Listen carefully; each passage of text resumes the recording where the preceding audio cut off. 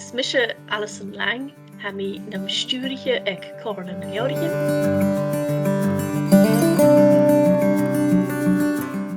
Well, ha an offisaking an an glasachu, ach bí sin a gopad códarí Buidhnean a hastéite fiog na halappe, agus cuideach an an dúchan an ile, mar is siimplír ha sin a gopad códarí fóisigaran an in Canada agus as an Álands.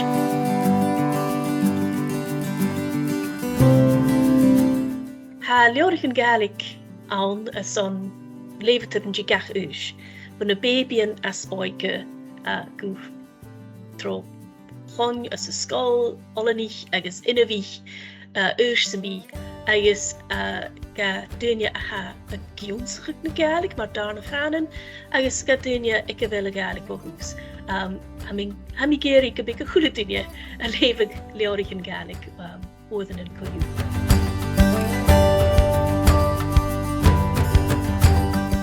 Hanelach coignar a ha gopad seo lánúne, ach bí sin cuideach go gopad códarí duine ha gopad an cín hín, is differ pròiseactan, ha na Buidhnean ha na tehan fóisiachí a cruach na leorigin héin. Cha sinne a fóisiachug ach ha program dí havertussen barantis agus tavertussen fóisiachí, a bhís a cuideachug scríbhtaran agus fóisiachtaran agus na textichen a chruachug agus na leorigin a chur an an chlán.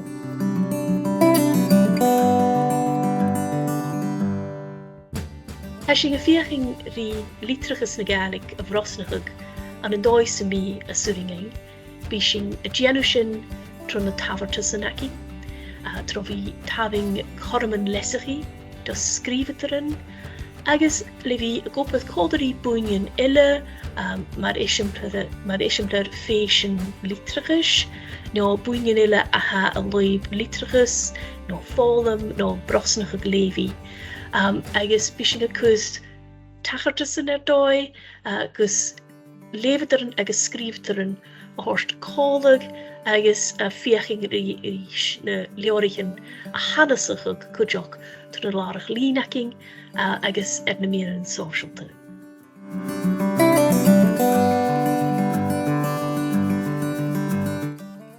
Well, a mi sminniho gre arút as cudromiche go bia tlachmhór ga duine a bhí a léimhigh as a Gaelic, agus a fiaching hí leis na beachganach go chur an céil tro scríbhigh agus oilseachug.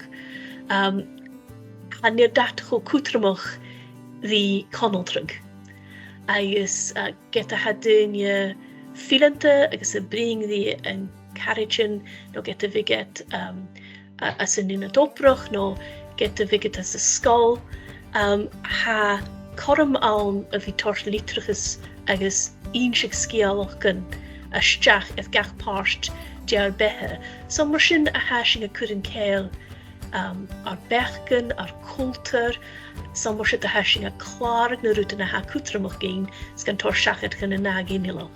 Agus mar sin a ha leorigin agus fóisiachug uamhsach cudromach as son cultúr na Gaelic a gléag agus cuideach a lisachug, agus na rúta na ha sin a fóisiach agus a lán dú, bí duine as na gnìomh an riteach gan léimhigh agus a féiking dé seoir sa súla bhacing an in 2020 agus a gá.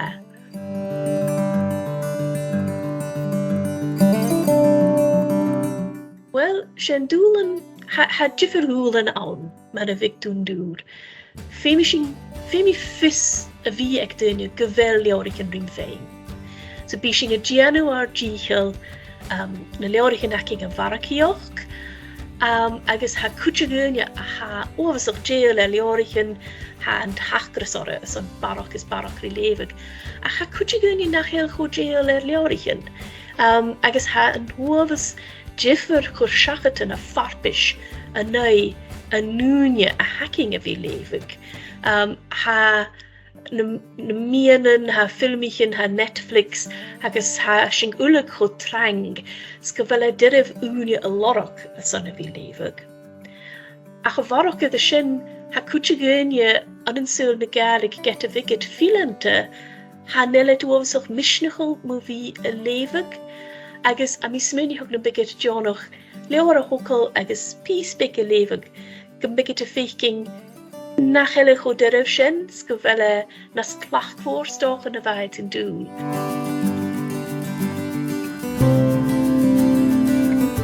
Hanning se go bhfuil an stocha an stré úrscéal a háisiigh bheithiún feisgur fichid bliana, bí a fichid bliana a ná bliana bó chai chiad leor úrscéal áiseachug agus runne sin charú mór an fiction is a Gaeilg. Ba tór barstop gaun agus ba ashtin agus scéalach an garid is mar sin ach charú mór an novelan an. Agus an an dói chrúich úrscéal a chai áiseachug léigh sin taifáiseach í chlár. Chrúich sin genre úr nachró edda bhí láidir as a Gaeilg idir as an ichid of lín nó runne sin. Agus a nisht ha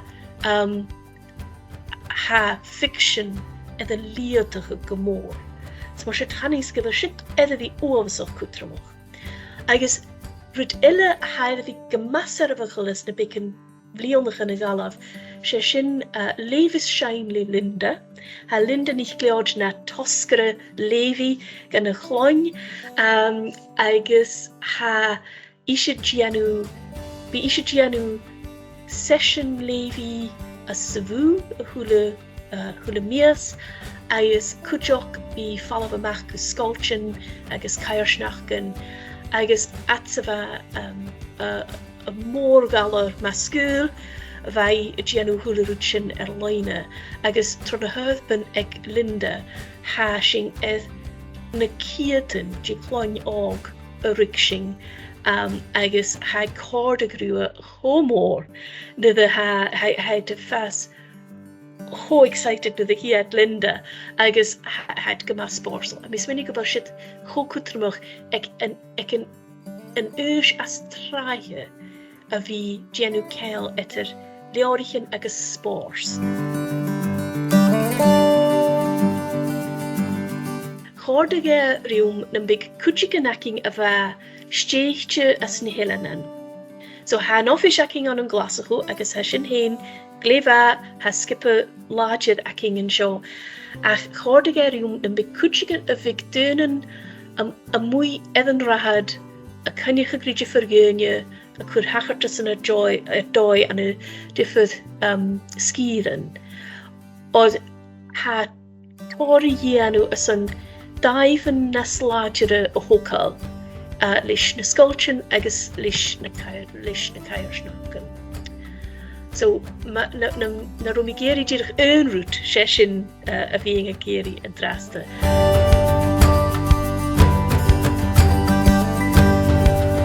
Wel, sé fóiseach ar a hána nachcas. Haid a cruach na leorichin, haid gan reich agus sé gríomhachas commercialta a hán, get a haid a féin taic bó gifar bhúin haid a féin taic bó Bòrd na Gaeilg, agus haid a féin taic bhúine tro na tafartas an fóiseach aching. Hanir singe a fóiseachug. Ha sinne dírach a cuideachadh áiseacharin. Ach ha sinne déanú rút an a bharach cuideach, so bí sinne a gopad cólarí scríbit ar an ag difar ídan as na dríach gannacha, gus na skillan scríbí a hort ar erst. So mar éisimpla bí sinne gopad an cóbhain lí uras leorichin na halabe, edd dasgéime dúi sin an scríbit ar an úra. So sitar a bhí dolas an còrr is déich bliana a nisht, agus a chula bliana bhí díist a féin chorm a bhí féin mentorach, agus taic ile gus hiad leorach a scríbig tro na scéime seo, agus cuideach cólarí uras leorichin na halape ha an scéime las, son scríbit ar stéichte a chuideachadh lí pròiseactan. Ha sin cuideach go bhí táiseach ag scéime úr a son scríbit ar ág, an yn cyfawni Cove Park, agus sé init iawn a han yn Cove Park fer y fel yty corman mwyncherish ag look iawn agus look sgrifi awn. Agus cwdioch bishing a gopad Colliery Playwright Studio Scotland et son bursary lesach ag script horsachad do chudjican. So had tar a dol a son dynja a chudjichug leis na dríoch ganachge.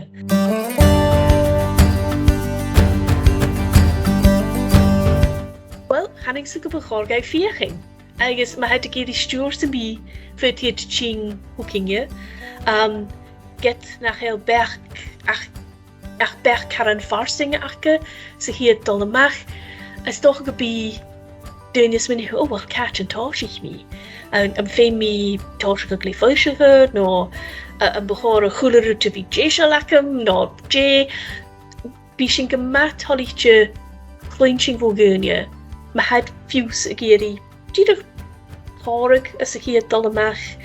Ha an nuovas fistrachi a làrach-lìn aking meing chorman de bhroiseactan, agus de scríomh erin, agus mar a churis tú isteach a son taic. Ach ha céistin ag daine as a hier dèanamh, ma had díidir chud fishooking, caiite a làrach-lìn fishooking agus bísin gemat holichtje an cuideachadh.